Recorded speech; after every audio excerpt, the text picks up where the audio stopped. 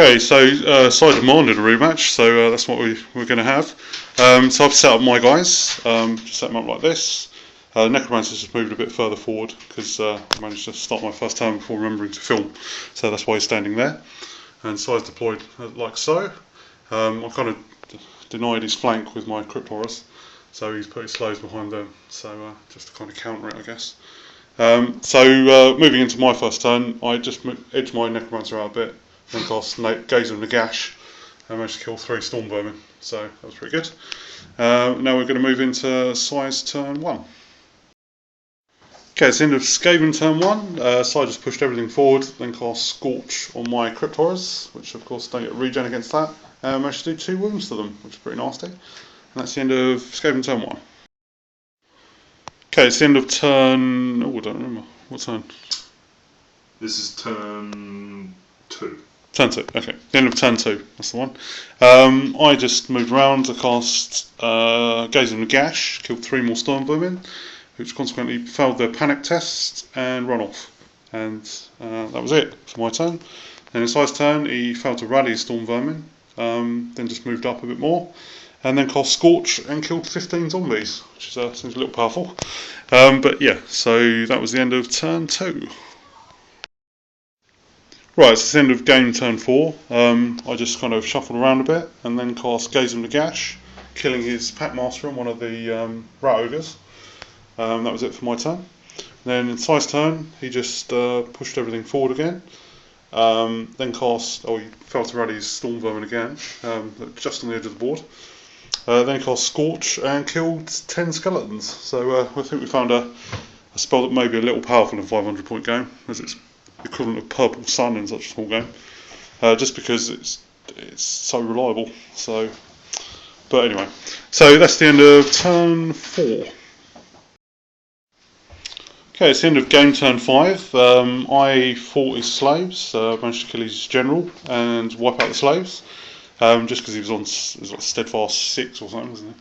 Steadfast 5? Steadfast 5, yeah, so he actually failed it, believe it or not. So all the slaves died, they exploded, did some hits to my Crypt Horrors, but I managed to regen the one that got through. And I managed to cast Gaze of Nagash, which killed his other Rat Ogre. Then in Si's turn, his Storm Vermin pegged it. With a double 6 leadership effort. Yeah, they didn't want to play, so they went off.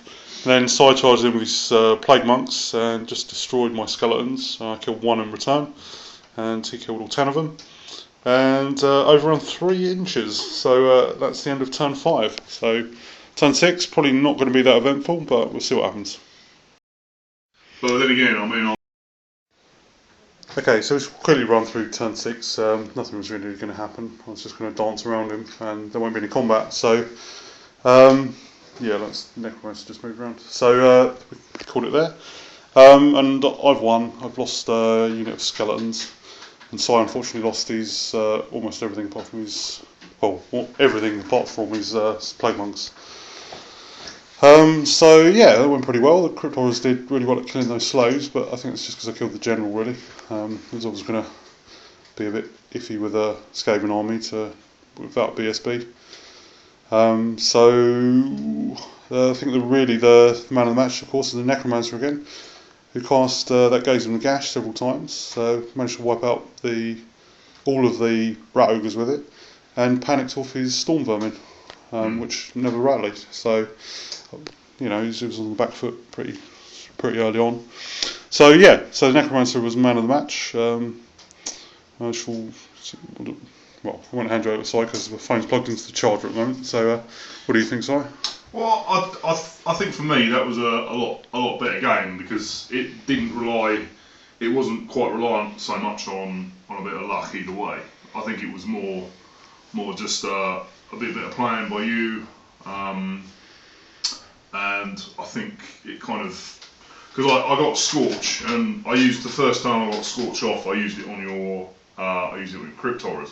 And in retrospect, I should have smashed that unit of zombies because then if I'd wiped out your 2 kind of tanking units entirely, then I probably would have had a lot easier time getting rid of the rest of it, because then I could actually afford to send one of my units hunting the necromancer while the rest of the guys went after the crypt horrors.